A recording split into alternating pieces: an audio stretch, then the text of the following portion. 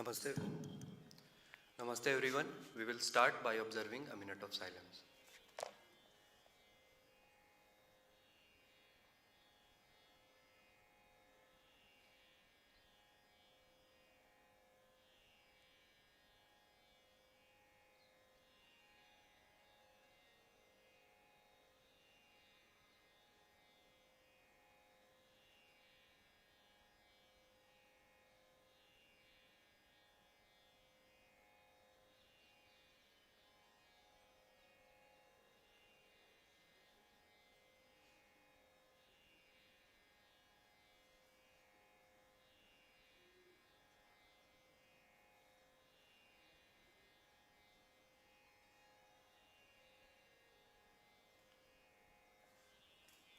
Om. I welcome you all to the fifth lecture of the ICPR sponsored lecture series on Sri Aurobindo's political and cultural philosophy, nationalism and Swaraj. And now we will begin with the invocation, and for this we have with us Monideepa Ghosh ji. I request you ma'am to perform the invocation.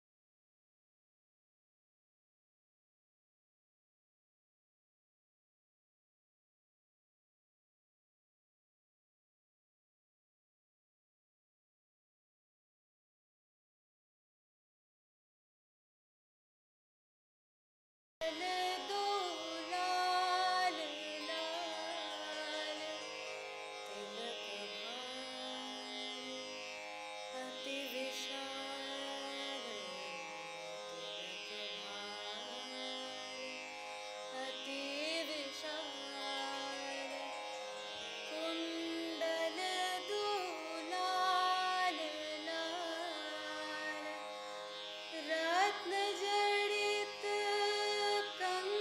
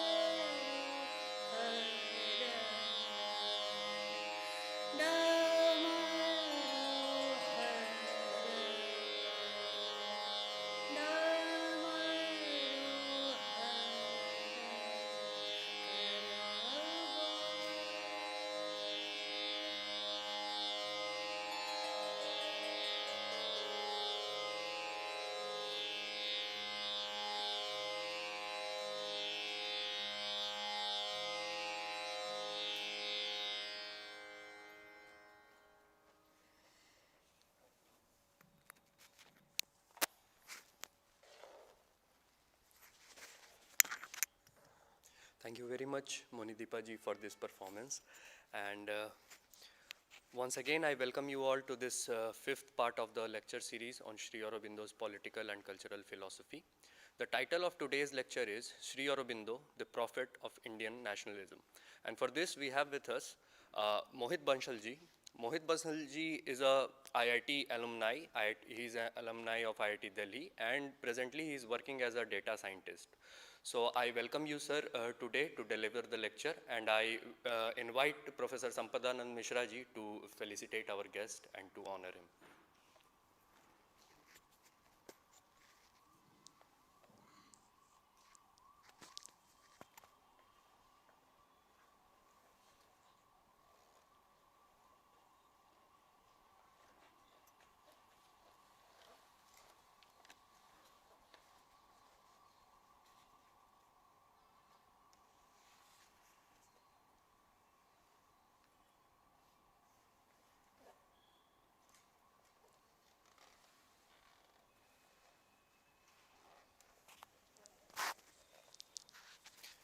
Thank you very much, sir.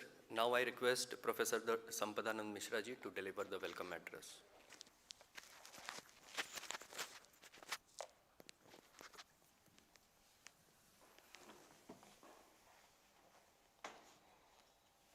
Namaskar to all of you. This is a lecture series organized by the Center for Human Sciences, Rishikesh University, to celebrate the 150th birth anniversary of Sri Aurobindo. Government of India has taken many initiatives. They have asked us to conduct this lecture series, 10 lectures, especially on Sri Aurobindo's contribution to the freedom movement of India and his idea of nationalism. And we all know that Sri Aurobindo's life, broadly, if we need to divide it into parts, so two major parts. The first part of his life is a political activism, and the second part of his life is a spiritual activism. Though spirituality has been right from the beginning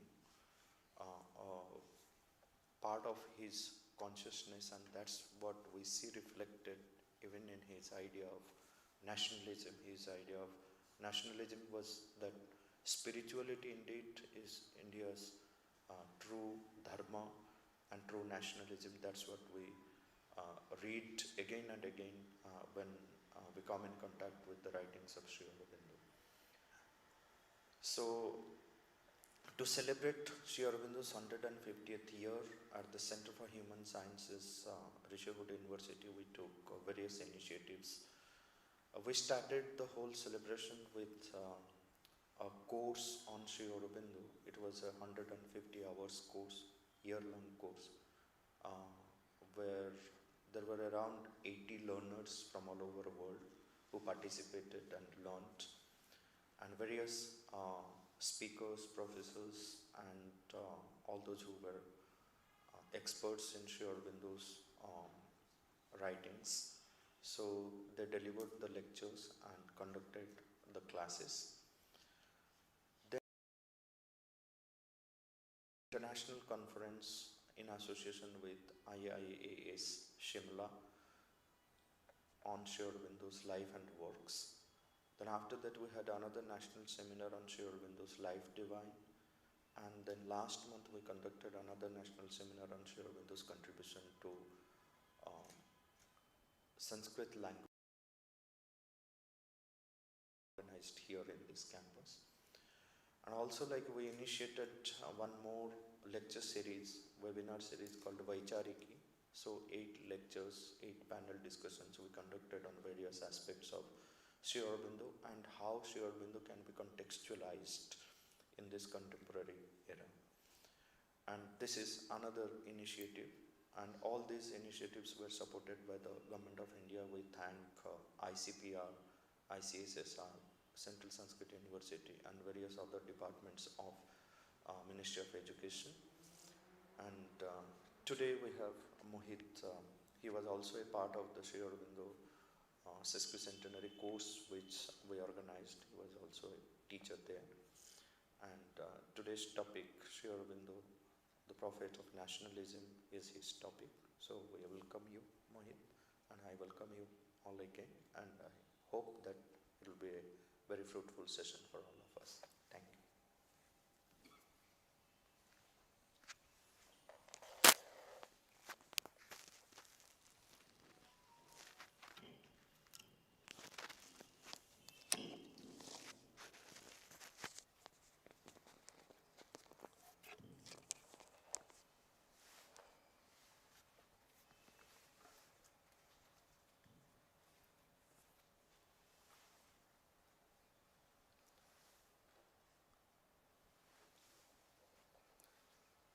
Om Namah Shri Arvindaya. So let me begin this session with a heartfelt thanks to Samdananji and all the Rishi University members who have given me this opportunity to present this topic in front of all of you today.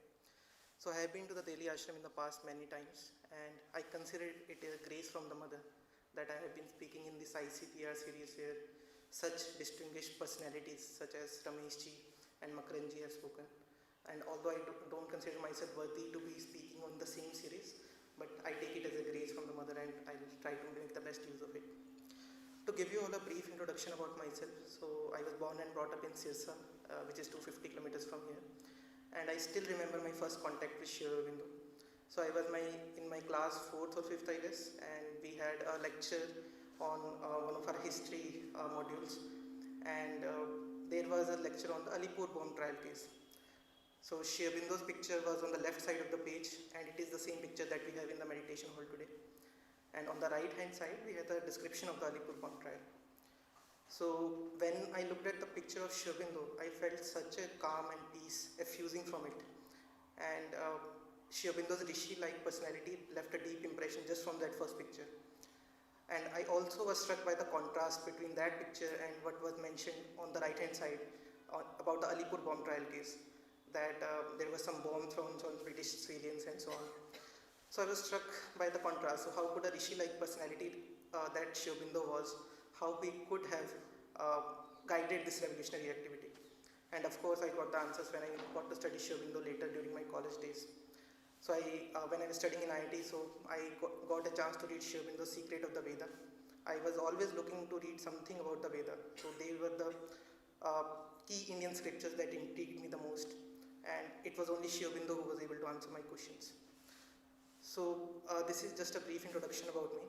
So the topic for today that we are going to discuss is Sri Aurobindo as the prophet of Indian nationalism.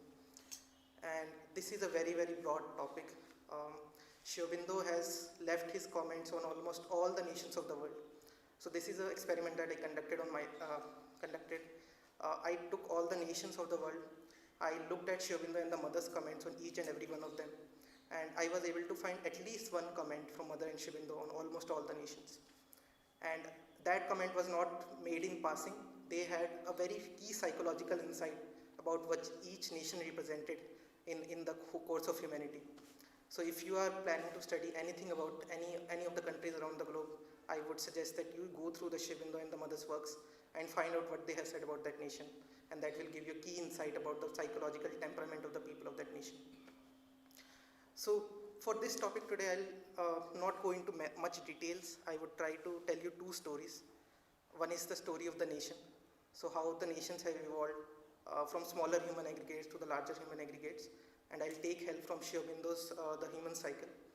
And I'll tell you the story of Sri Aurobindo himself, how he contributed to the Indian nationalist struggle and how he tried to, through his actions, guide India on the path of the Renaissance. So let's begin with the first story of the nation. So we generally, when we study the history of a nation, we look at only two sides. One is its political aspect, so how the political grouping was formed, and then we look at the society or the social aspect. But Sri Aurobindo introduces the third aspect to the picture, and that is the psychological aspect. Sri Aurobindo says that a nation is a psychological unit first, and it is only secondarily a political or social unit. And that psychological basis that Sri Aurobindo provides, I find it unique among the world's philosophers. If you look at the definition that Sri Aurobindo provides of a nation, So Sri Aurobindo describes a nation as a spiritual being which evolves a mental, vital and physical personality for the evolutionary purpose. So essentially, like we as individuals have a mental, vital and physical personality, similarly a nation also evolves a mental, vital and physical personality for the evolutionary purpose. And there is a very interesting conversation of Sri Aurobindo from 24th of Feb 1939, where he answers many questions related to what kind of a being is behind each of these collective personalities that we define as nations. So I'll just read it to you. So the disciple asks Sri Aurobindo, do the nations have a soul?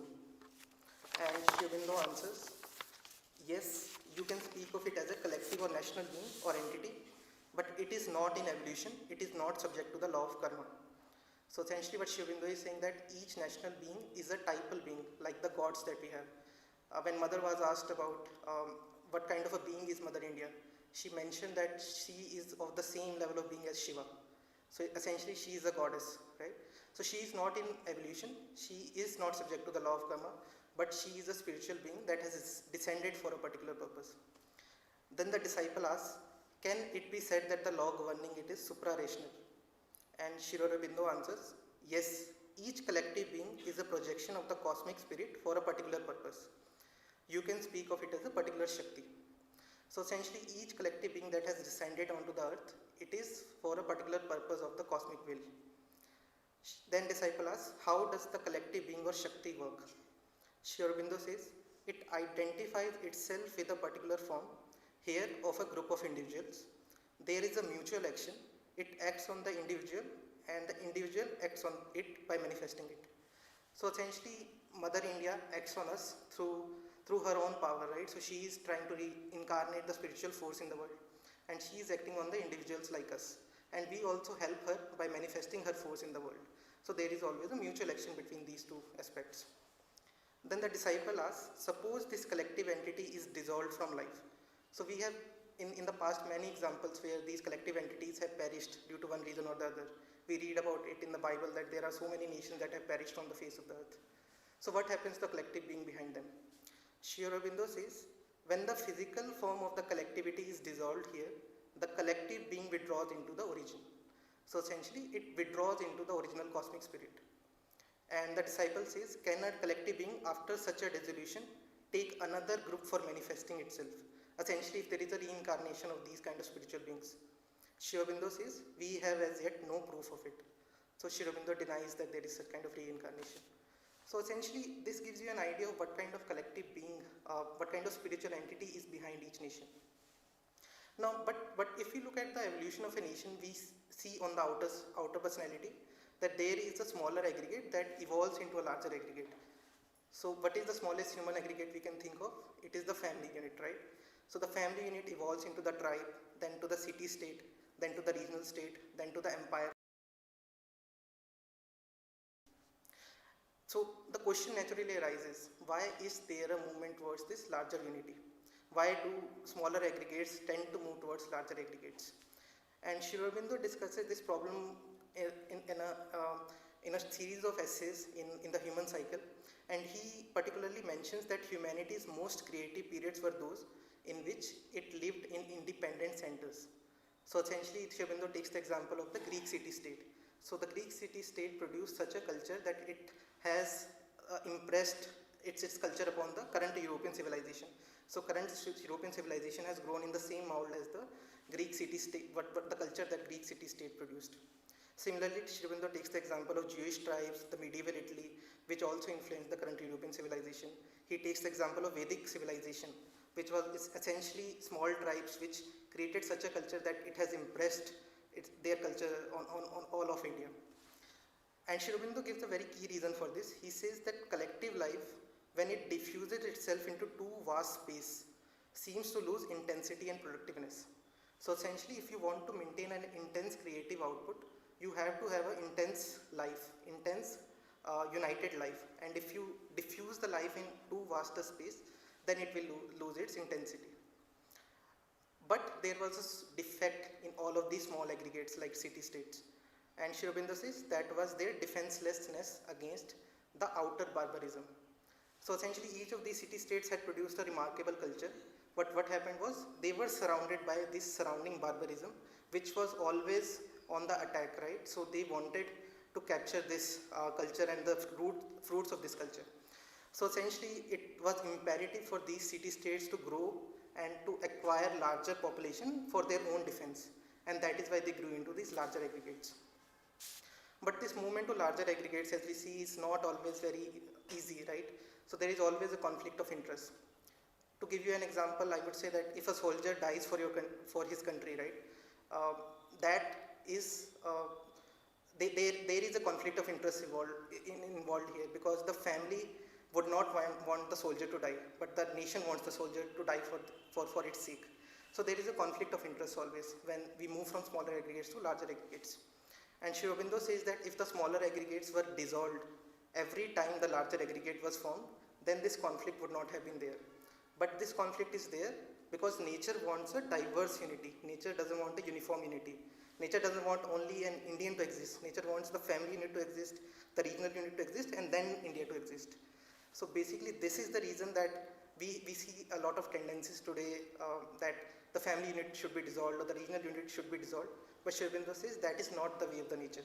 Nature wants a diverse unity. Sri Aurobindo gives the example of India and says that India has the most disparate elements in it. So we have the family, we have the caste, we have the regional state, we have the linguistic unit, we have the religious community. So there are so many subnations or subgroupings in India. But India was able to create a unique political structure that represented all these classes and was able to allow the diversity to thrive without breaking its unity. And that was the Indian political genius. But that genius was not manifest in the actual political unity. So essentially, India was not able to create a political unity. India was able to create a civilizational and spiritual unity. And for creating the political units, nature had to bring in force from outside, like the British Empire, to create that unity for us. So we will discuss why that is the case. Now coming to Sri Aurobindo's time, we see that there were two major units that were thriving at the time of Sri Aurobindo. They were the empire and the nation. And Sri Aurobindo brings a very key insight that the empire unit is artificial while nation unit is real. So nation unit is the real unity while empire is the artificial unity. And he gives a very compelling reason why that is the case. So he writes, when an empire like Austria, which is a non-national empire, is broken to pieces, it perishes for good. So there is no innate tendency to recover the outward unity because there is no real inner oneness. But if a national unity is broken up, it will always preserve a tendency to recover. So essentially, if you break a nation, it will always try to recover its oneness. While if you break an empire, it will just break, right? It will not try to recover. Sri Aurobindo gives many examples like the Greek Empire. So Greek Empire broke to recover its unity from the Ottoman. And Sri Aurobindo gives the example of Israel and other nations. And particularly in India, Sri Aurobindo says, there we had the political ideal of Ashwamedh and Rajasuya Yajna. So Ashwamedh and Rajasuya Yajna, what it entailed was we wanted to create an imperial unity of all the Indian peoples. But it was not successful because of certain challenges, and we will discuss those challenges. So coming to how a nation unit is formed, right? Sri Aurobindo describes how a nation unit is formed, and we will see why India was not able to create that political unity. So Sri Aurobindo describes three stages in which a nation unit is formed. He says, first, there is some kind of loose yet sufficiently compelling social order that creates a common type of civilization. So essentially in India we see that there are these fourfold orders, right? We have the Brahmin, Kshatriya, Shudra, Vaishya. So this kind of social construct that is created, and we have four Purusharthas like Dharma, Arth, Kam and Moksha. So a common type of civilization is created that is there throughout the length and breadth of the country. Similarly, Sri Aurobindo gives the example of Japan, European countries and China, which each of them have their own specific social construct, and that is what unites the people at first. In the second step, after this social order is there, Sri Aurobindo says there comes a period of stringent organization directed towards creating unity, creating political unity, and that is where India failed. And India failed because of few reasons that Sri Aurobindo lists out. Sri Aurobindo says because of the vastness of space of India and the insufficiency of communications at that time, India was not able to create a effective centralized control. And also people were not drawn as close as needed. So essentially, because to effectively centrally control a nation, you have to have contact between all the centers, right, of the republic, and that was not there in India. Second reason that Sri Aurobindo gives is the absence of will to uniformity in India. So essentially, India didn't want to uniformize all the sub-elements. So India had a tolerant way to deal with the diversity. While in Europe, we see that the uniforming tendency was very strong. So they were able to quickly create those nations, but India was not able to create that political unity for a long time. In India, we see that there is no class warfare in any of our history. This is because of that tolerant policy that India adopted, but there was also no political unity as such. So these are the two steps, and the third step is, once that unity is secured and it becomes a mental and vital habit of the people. So essentially people recognize that unity in their blood. Then you give them a freedom to pursue their own interests. So for the organism to thrive, you have to have some free internal development. So you don't want the centralized control to be always there. You want people to thrive and have their free internal development. So as soon as the national unity is secured, you give free internal development to the people. And this is something that we see that India is doing today. So India is, after a period of centralized control, so India is allowing the people to freely develop themselves according to their own temperament. Now we have looked at why India was not able to create that political unity. But the question comes, why England was chosen to create that political unity for us? So why not any other power? So in India, we see that multiple powers had arrived. So the French, the English, the Portuguese, right? So why was the England chosen for this task of colonizing India? So Sri Aurobindo gives that answer in one of his articles in Karma Yogi. He says that spirit and ideals of India had come to be confined in a mold, which, however beautiful, was too narrow to bear the mighty burden of our future. So essentially, India had a beautiful culture, but that culture had become stagnated due to various reasons, and it didn't allow for the new forces to manifest for the new role that India had to play in the world. And due to that, it had to be broken. And which force is the best to broke that vase? It is a force which is exactly opposite of India. So Sri Aurobindo says that England was the best instrument for this because her temperament was exactly opposite of India. So England had a stubborn individuality and a very commercial and materialistic outlook on the world. And India, as we see, India had a more communal mindset in which each community represented a particular part to the divine, and we didn't have that kind of individualization that England had. And our outlook was not commercial or materialistic. So England was best fitted to break the mold that India found itself in. And also England was not brutal in its treatment of its subject people, like the Portuguese and others. So if there was a choice, so England was the best choice at that moment of time. So this is about how why India was not able to create a political unit, but England was chosen for that particular task. But the question arises, after a nation is formed, right? So what is the next step for humanity? So the next step is to create a world union. So now we see that the nation has been perfected almost everywhere, but the world union is still in its beginning stages. And Sri Aurobindo describes it in an aphorism of his. He says, family, nationality and humanity are Vishnu's 3 steps from an isolated to a collective unity. The first, that is family, has been fulfilled. We yet strive for the perfection of the second, that is nationality. And towards the third, that is human unity, we are still perfecting.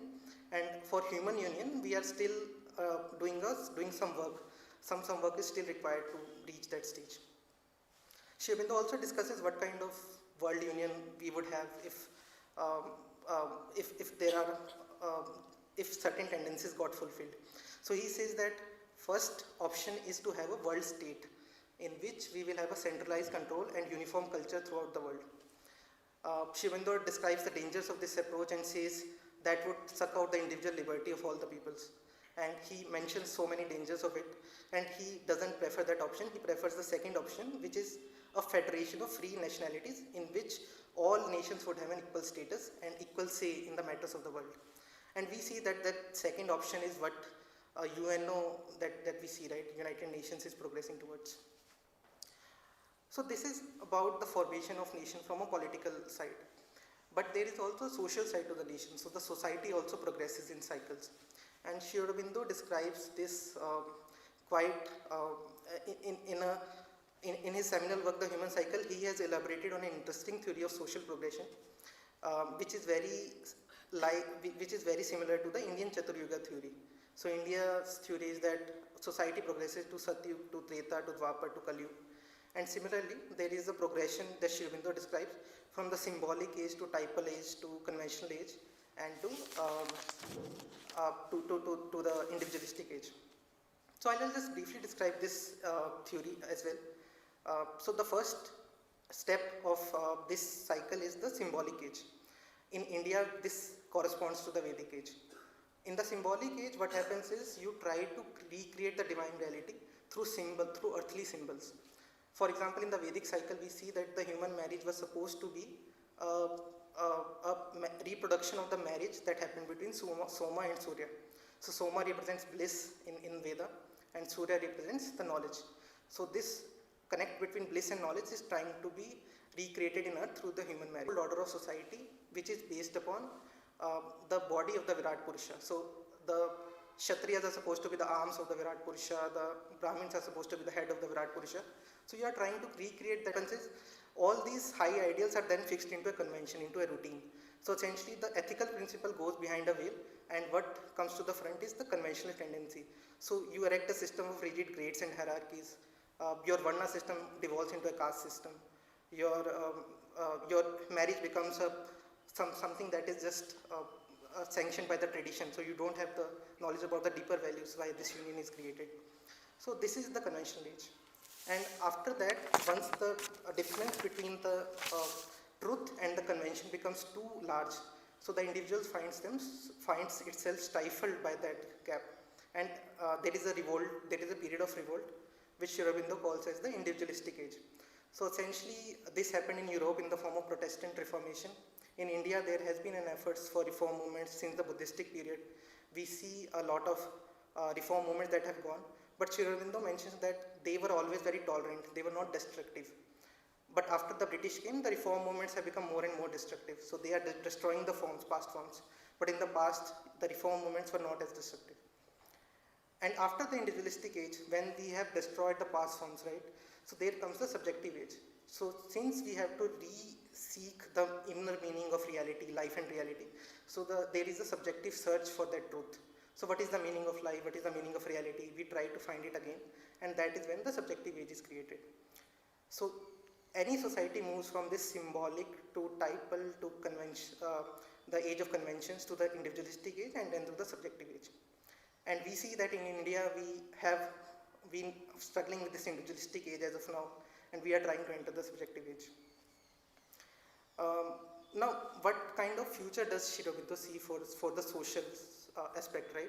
From a national aspect, we know that the world is moving towards a world unity. But from a social side, what is it moving towards? Sri Aurobindo says that a subjective age may lead to a spiritual age, and spiritual age is what Sri Aurobindo sees as the culmination.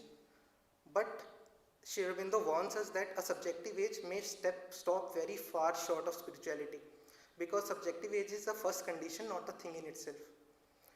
And Sri Aurobindo also discusses how that progression from subjective to spiritual age may happen.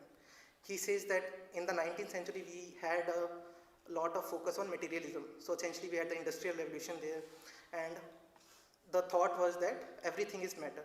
So everything arose from matter, so everything is a product of matter. But in the earlier 20th century, we see that a vitalistic tendency arose in the nations. So there was a hunger for resources to satisfy life instincts. So everything was thought of as coming from the life instinct.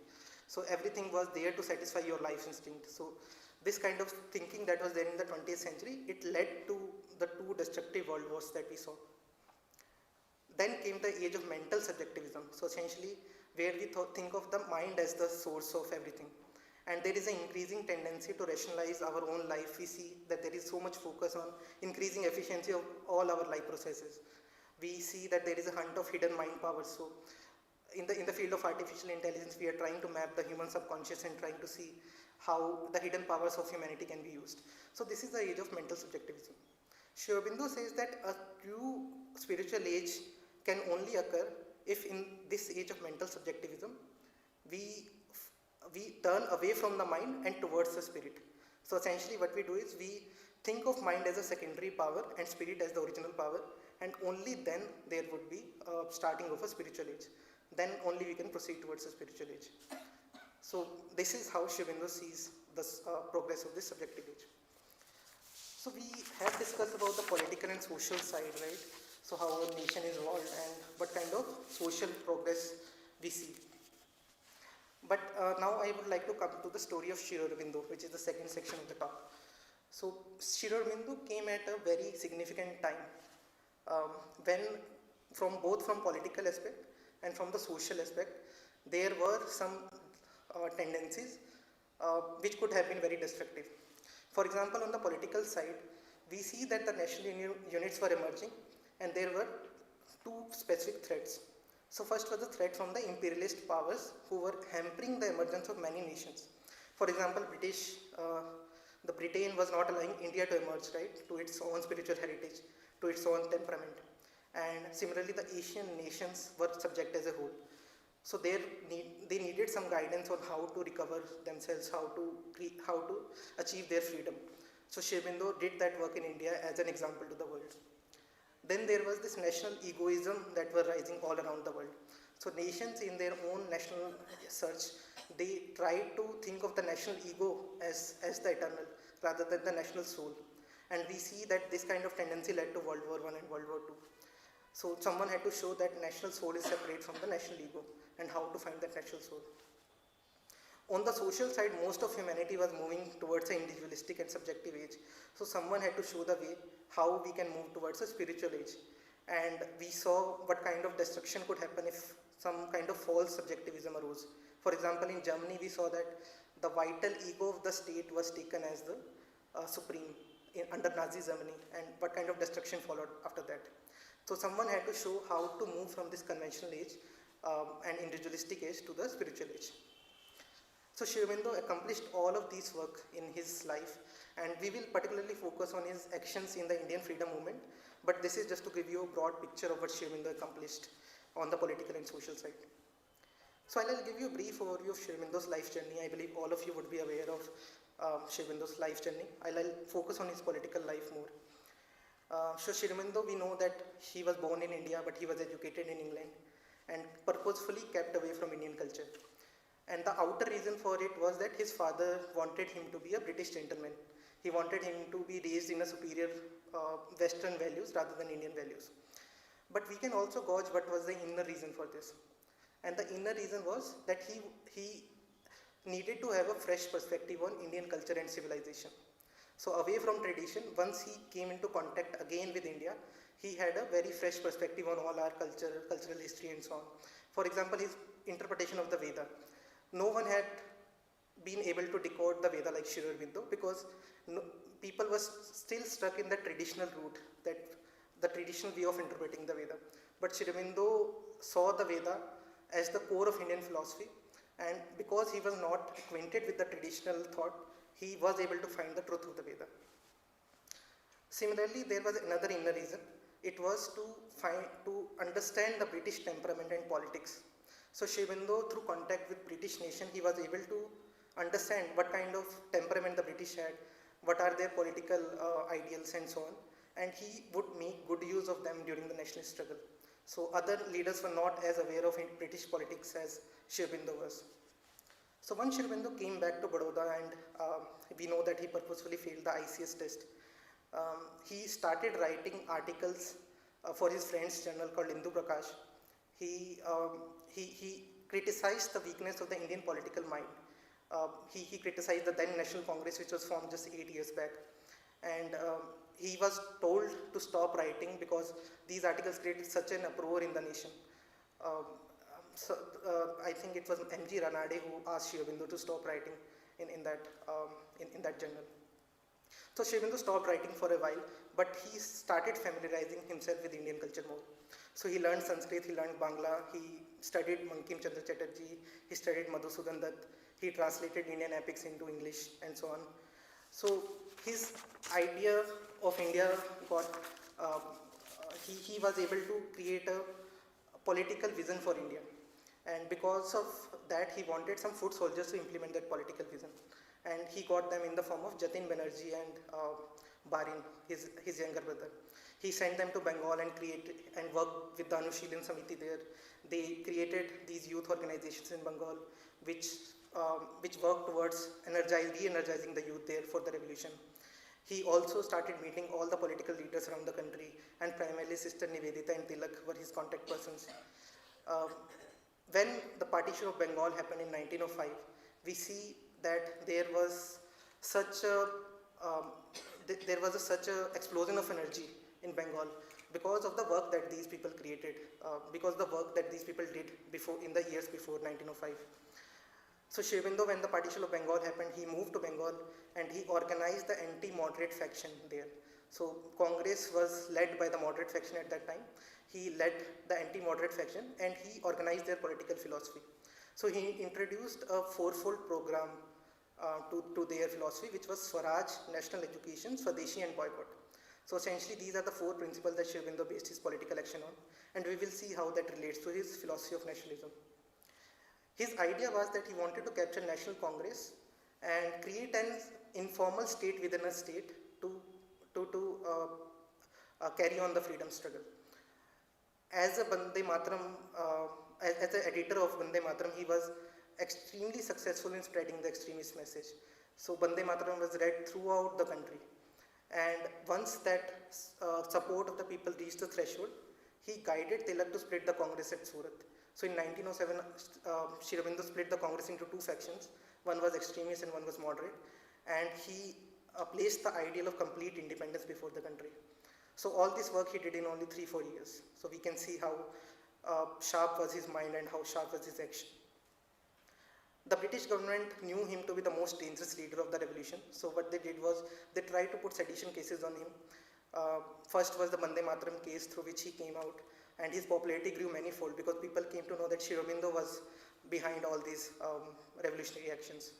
But later he was arrested in the Alipur bomb trial case, and he had some transformative experiences in the jail that we know about. Once he came out of the jail, he observed that there was a loss of vitality in the nation. So he started journals like Karmyogin and Dharma, and government again knew that Sri Aurobindo would cause trouble to them, so they tried to put again sedition cases, and eventually Sri Aurobindo left Calcutta for Chandernagore and later Pondicherry when he received a divine adesh to do so. So in short, this is a quick summary of Sri Aurobindo's political life. But when we talk about Sri Aurobindo's action to rejuvenate India, so we have to understand it from a perspective of his idea of nationalism. So Sri Aurobindo saw a nation as we earlier saw, as formed of a spiritual, mental, vital and physical body, right? And if we look at his nationalist program, the fourfold nationalist program, Swaraj, National Education, Swadeshi and Boycott, so this corresponds to these four bodies itself. So I'll tell you how. So Sri Aurobindo observed that India had declined in all these four components, the spiritual, mental, vital and physical, during the conventional age. He knew that British and Islamic rule had contributed to the decline massively, and he understood that the political unity that British had formed, that could now be used to bring out the psychological aspect of that unity. And his action was guided based on these two principles. So if we look at the spiritual decline first, so spiritual decline is the reason for all the other declines. We know the reason of spiritual decline of India, so Sri Aurobindo has stressed that point many times in his works. He said that India divorced spirituality from life under the influence of Mayavad and Buddhism. And that was the reason that India declined during the conventional age. And the zeal for life in India was exiled. India didn't, people didn't do any adventurous work. They were, their life moved in very small circles of family and caste. So this was the effect of Mayavad. So to counteract this, Sri Aurobindo started developing his own life's affirming spirituality. He gave a spiritual foundation to nationalism. So what he did was he used universal Indian motifs Like he called Mother India as a goddess. He revealed Vande Mataram to be a mantra. So these are universal Indian motifs that every common Indian would understand, and he brought them together through these universal motifs. And he also, through his fourfold program that we talked about, he placed the ideal of Swaraj. And he said that inner Swaraj would lead to outer Swaraj. Inner Swaraj means that our own national self, we had to first place it in our inner being. And after that, it would manifest in the liberation of the nation. So Sri Aurobindo had a lot of focus on this, countering the spiritual decline, and he used these methods to counter it. From a mental point of view, Sri Aurobindo had noticed that in India there reigned something called as thought phobia. So Sri Aurobindo says that because of this thought phobia, the normal person, normal people are unable to think and decide for themselves. So they always refer to some shastra or say some authority. They don't want to think for themselves. And Sri Aurobindo says that this was made, this occurred in India because of primarily the British education system. Sri Aurobindo was himself a professor in Baroda, we know that, and he had observed what kind of education was being provided to the children there. He mentioned it in a simple line. He's mentioned that the mechanical instruction and rote learning spoiled the intellectual habits of the brilliant and supple Indian intelligence. So essentially mechanical instruction and rote learning. So we see that that system is still there in our schools. Spoiled the intellectual habits of our country, and because of that people were unable to think for themselves. So to counteract this, Sri Aurobindo made national education a key part of his fourfold program.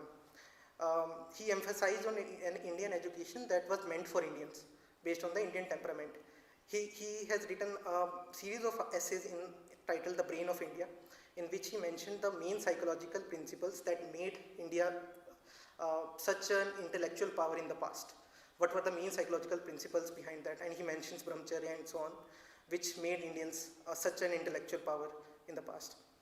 Also under his inspiration, new colleges and schools were opened in Bengal. And even though there was such a financial hardship at that point of time, but people worked in them and trained future leaders in those schools. Now coming to the vital and physical decline. So Sri Aurobindo observed that Indian society was submerged in tamas or inertia. So if you read any topic, any article from Sri Aurobindo in Vande Mataram or Karma Yogi, you will see that his main point has always been that Indian society has to come out of its tamas. So any Rajasic activity or any Sattvic activity would do, but India has to come out of tamas. And Sri Aurobindo observed that Indians had acquired bourgeoisie habits due to British policies. So bourgeoisie habits, what do we mean by that? That Indians are in love with their comfort, so they are not ready to sacrifice for the nation. But in the past, Sri Aurobindo mentioned that Indians had the example of Harishchandra, Dhruva, Prahlad, who went through enormous sufferings but didn't abandon their dharma. But now Indians are not able to sacrifice even their smallest comforts for the nation. And he said that that was a creation of the British education and policies. Also, Sri Aurobindo noticed that this inertia manifested in the economic decline of India. So India was a world economic superpower before the British came. India, I think, created around 25% of the world GDP at one point of time, but it reduced to around 1.7 or 2% of GDP after the British came. So this kind of decline Sri Aurobindo had to counter, and first of all, for the economic decline, he had two programs. One is Swadeshi and another is boycott. So Swadeshi means that you have to encourage Indian industry, while boycott means you have to minimize the influence of the British industry. And Sri Aurobindo had a very keen understanding of Indian industries. He mentioned the issues faced by agriculture, by glass, by textiles industry, by arts and crafts industry in one of his speeches that he wrote for Maharaja of Baroda. And if you read that essay, you will come to understand how detailed Sri Aurobindo's understanding was of Indian nation and what we need to do to revive the industry. And to counter the bourgeoisie habits, Sri Aurobindo had already, as we know, sent Barin and Jatin to Bengal, and he was organizing the revolution there. So he had, these organizations generally met in gymnasiums or akhadas. So essentially their physical culture training was provided to these youths, and they would meet there and discuss about lives of great people like Mazzini and Garibaldi, who led the Italian Revolution, and about Swami Vivekananda, or they read about Bhagavad Gita and discussed amongst themselves how they can manifest the philosophy of Bhagavad Gita in their life. So these kinds of actions Sri Aurobindo tried to re-energize India. So this is just a brief overview of Sri Aurobindo's action overall in the national movement. We know that later leaders like Annie Besant, like Gandhiji took Sri Aurobindo's fourfold program. Um, they also introduced the same components like Swadeshi, boycott, Swaraj into their own into their own actions, but they introduced some key distortions as well to Sri Aurobindo's ideas, due to which India was not able to progress. And that is actually a whole other topic, and that is a very fascinating topic because Sri Aurobindo has himself commented on how they distorted his ideas, and because of which India was not able to progress. But I won't be able to cover them here because of the brevity of time.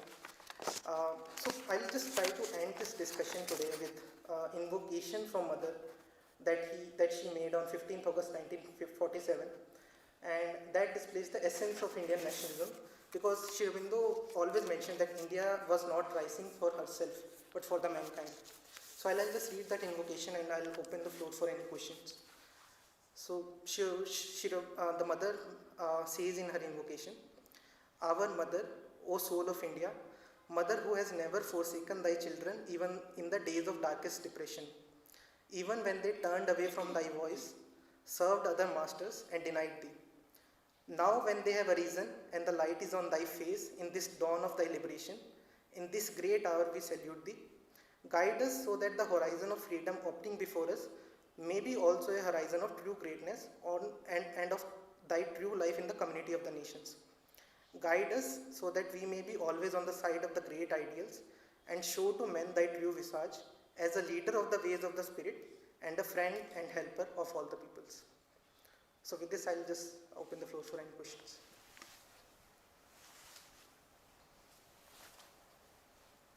Say something. Yes. You talked of the national unity, how the nations, smaller units they get together, and the nations have been formed.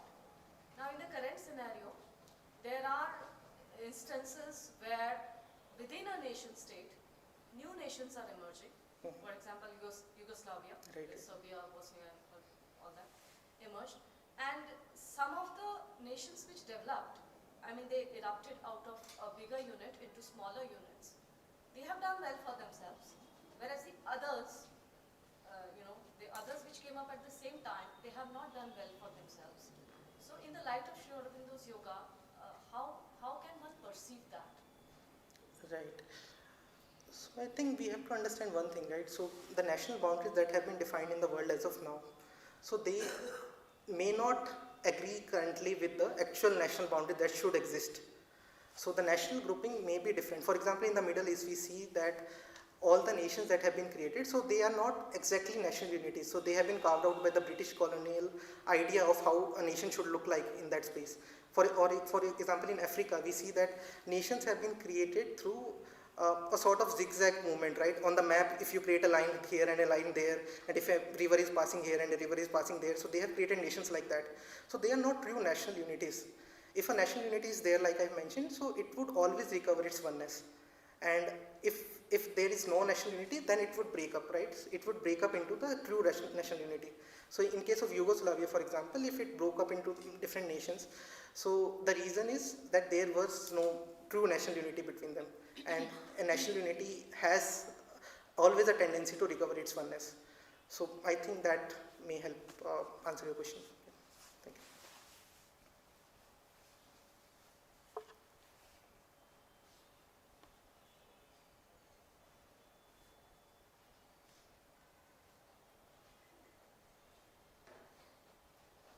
Do we have any other question? Okay.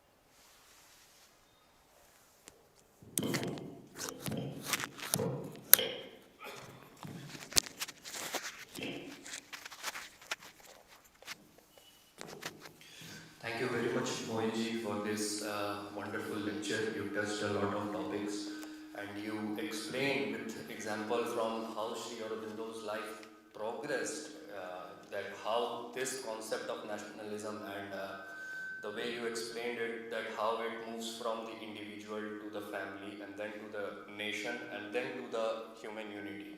So it is something very important for us to remember. So thank you once again, Mohinji, for this lecture. I would also like to thank Monideepa ji for her wonderful performance. Ramesh Bijlani sir and Shri Aurobindo Ashram for giving us the opportunity to organize this lecture series here. ICPR for sponsoring this lecture series, and the member secretary of ICPR, Professor Sachidanand Mishra ji, for always being there for our help. Professor Sampadanand Mishra ji, Director Center for Human Sciences, for coming up with the idea of organizing this 10 lecture series. And my technical support team, especially Saurabh, who is always here for any help that I require. So thank you so much again, everyone, and most of all our wonderful audience for coming here and being a part of this lecture. So thank you very much, and now we will have a performance by Moni Deepa ji, which will be followed by a minute of silence, and then